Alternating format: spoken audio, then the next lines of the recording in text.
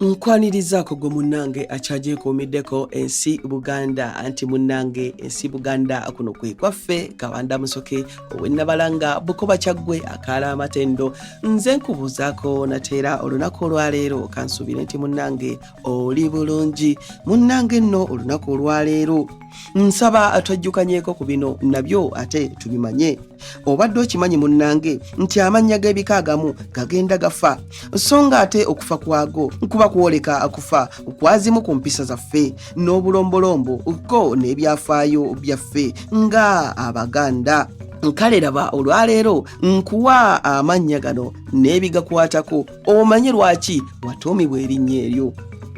Erinnya Saaka lino nno ly'abasajja nga liva mu kigambo okusaaka ekikozesebwa ennyo mu kukomaga bw'omala okujja ekikuta ku mutuba n'okikalakata olwo ozzaako okusaaka ng'okozesa ensaamu ensaaka.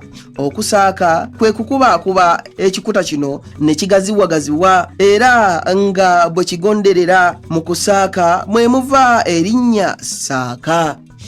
Abange ebyo nno osiibisuseekaawo wabula munzikirize nzire ennabalanga Bukoba Kyaggwe tuddiŋŋana ate mu kitundu ekirala ng'ate munnange nkuwa ebirala. Ayi Katonda kuuma Namulondo.